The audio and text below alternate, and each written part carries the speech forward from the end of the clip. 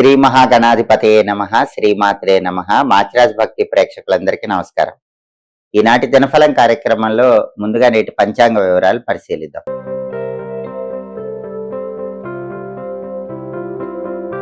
మే 2 శనివారం దినఫలాన్ని పరిశీలిస్తే పాడ్యమి తిథి ఉంది. విశాఖ నక్షత్రం రోజంతా ఉంది.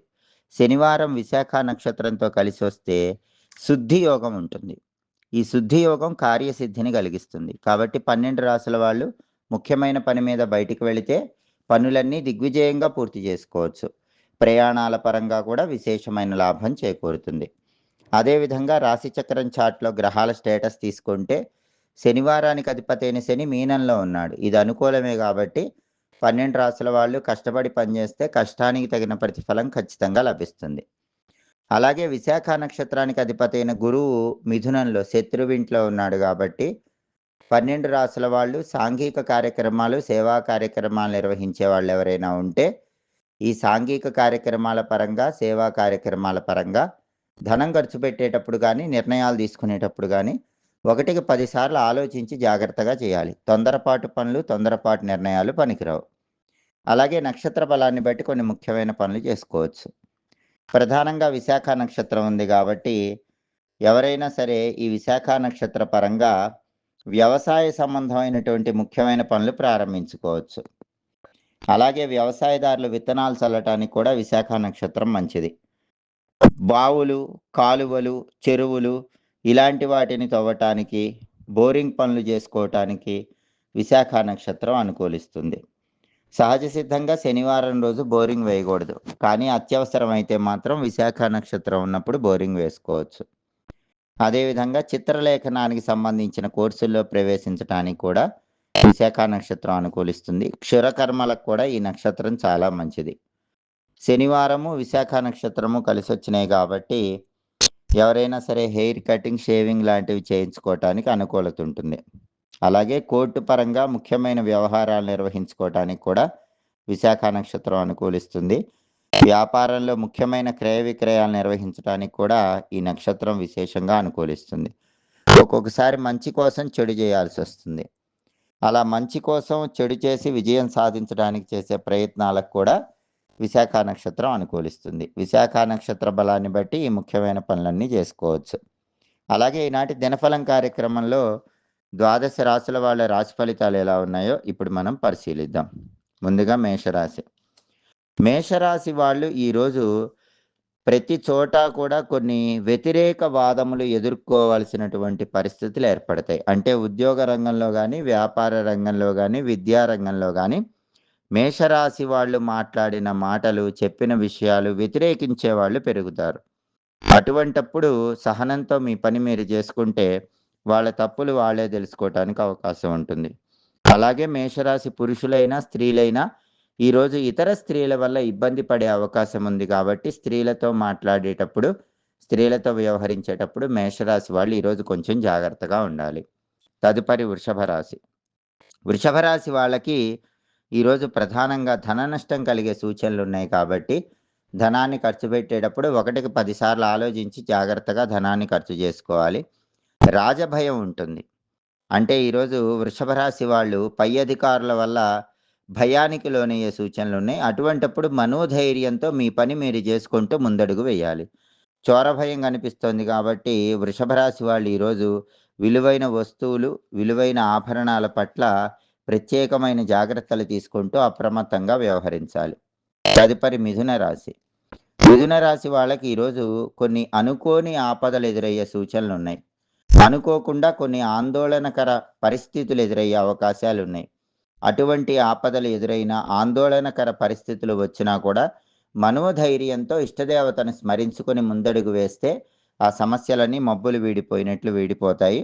బంధువులకు సంబంధించిన ఒక వార్త మనసుకు బాధను కలిగింపజేస్తుంది. అటువంటప్పుడు కూడా మిథున రాశి వాళ్ళు ప్రశాంతంగా ముందడుగు వేసే ప్రయత్నం చేయాలి. తదుపరి కర్కాటక రాశి. కర్కాటక రాశి వాళ్ళకి ఈరోజు ఉద్యోగ భంగము కలిగే సూచనలు ఉన్నాయి. ఉద్యోగంలో మార్పు లేదా ఉద్యోగం పోగొట్టుకోవటం ఇటువంటివి కర్కాటక రాశి వాళ్ళకి జరిగే సూచనలు ఉన్నాయి. కాబట్టి సాధ్యమైనంత వరకు చేస్తున్న ఉద్యోగంలో ప్రత్యేకమైన జాగ్రత్తలు పాటిస్తూ తప్పకుండా మీ పని మీరు చేసుకుంటూ ముందడుగు వేయాలి.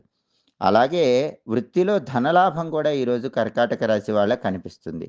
మీరు ఊహించిన దానికంటే కొంచెం రెట్టింపు ధనలాభం కలిగే సూచనలు కర్కాటక రాశి వాళ్ళకి ఎక్కువగా ఉన్నాయి. తదుపరి సింహరాశి. సింహరాశి వాళ్ళు ఈరోజు సంతానానికి సంబంధించిన కీలకమైన చర్చలు చేసి, ఆ చర్చల ద్వారా మంచి ప్రయోజనాలు పొందగలుగుతారు. కొన్ని సమస్యలు వెంటాడినప్పటికీ కూడా వాటి నుంచి సులభంగా సింహరాశి వాళ్ళు ఈరోజు బయటపడగలుగుతారు. ధనలాభం చేకూరుతుంది. రకరకాల మార్గాల్లో ధనాన్ని సంపాదించడానికి చేసే ప్రయత్నాలన్నీ కూడా చాలా చక్కగా అనుకూలిస్తాయి. తదుపరి కన్యా రాశి. కన్యా రాశి వాళ్ళకి ఈరోజు ప్రధానంగా బంధువుల సమాగమము ఏర్పడే సూచనలున్నాయి. బంధువులతో కలిసి ముఖ్యమైన కార్యక్రమాలు నిర్వహించటం, విందు వినోదపరమైన కార్యక్రమాల్లో పాల్గొనటం లాంటివి కన్యా రాశి వాళ్ళు ఈరోజు చేస్తారు. ప్రతి పనిలో కూడా విజయం చేకూరుతుంది. విశేషమైన ధనలాభం కలిగే అవకాశాలు కూడా ఈరోజు కన్యా రాశి వాళ్ళకి ఎక్కువగా ఉన్నాయి. రకరకాల మార్గాల్లో ధనాన్ని సంపాదించడానికి చేసే ప్రయత్నాలన్నీ కూడా కన్యా రాశి వాళ్ళకి చాలా చక్కగా యోగిస్తాయి. తదుపరి తులారాశి. తులారాశి వాళ్ళకి ఈరోజు వ్యాపార రంగంలో మంచి పురోభివృద్ధి ఏర్పడుతుంది. ఊహించిన దానికంటే వ్యాపారంలో రెట్టింపు ధనలాభాన్ని పొందగలుగుతారు. బంధువులను కలుసుకొని ఉల్లాసంగా, ఉత్సాహంగా తులారాశి వాళ్ళు కాలాన్ని గడుపుతారు. ధనలాభం పొందే అవకాశాలు కూడా ఎక్కువగా ఉన్నాయి. తదుపరి వృశ్చిక రాశి. వృశ్చిక రాశి వాళ్ళు ఈరోజు దేశాంతర ప్రయాణాలు చేయటం ద్వారా మంచి ప్రయోజనాలు పొందగలుగుతారు. విశేషమైన ధనలాభాన్ని పొందటానికి కూడా ఈ ప్రయాణాలు వృశ్చిక రాశి వాళ్ళకి విశేషంగా కలిసొస్తాయి. తదుపరి ధనుస్సు రాశి. ధనుస్సు రాశి వాళ్ళకి ఈరోజు వ్యాపార రంగంలో ఉన్న వాళ్ళకి వ్యాపార పరంగా విశేషమైన లాభం కలిగే సూచనలు ఉన్నాయి. వ్యాపారం 3 పువ్వులు 6 కాయలుగా విరాజిల్లుతుంది.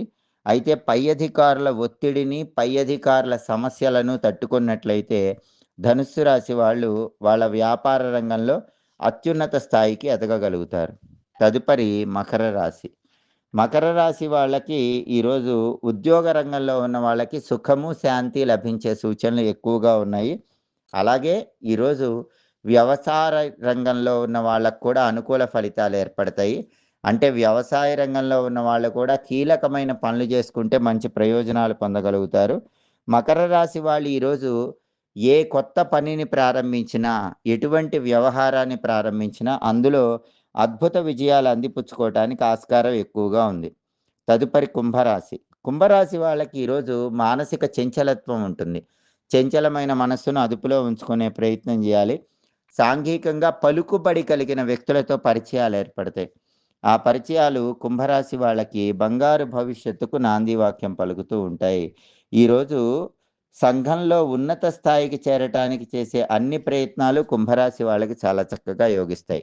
తదుపరి మీనరాశి. మీనరాశి వాళ్ళకి ఈరోజు నీచులతో, దుర్మార్గులతో, చెడ్డవాళ్లతో కలహములు ఏర్పడే సూచనలు ఉన్నాయి కాబట్టి సాధ్యమైనంత వరకు దుష్టులకు దూరంగా ఉండే ప్రయత్నం చేయటం మంచిది. 12 రాసుల వాళ్ళు అనుకున్న పనులు అనుకున్నట్లు దిగ్విజయంగా పూర్తి కావాలంటే ప్రధానంగా శనివారం కాబట్టి ఓం శం శనైశ్చరాయ నమః అనే మంత్రాన్ని 21 సార్లు, శ్రీ రామదూతాయ హనుమతే నమః అనే మంత్రాన్ని 21 సార్లు చదువుకుని పని మీద బయటికి వెళ్ళాలి. ఓం శం శనైశ్చరాయ నమః ఇది మొదటి మంత్రం. శ్రీ రామదూతాయ హనుమతే నమః ఇది రెండో మంత్రం.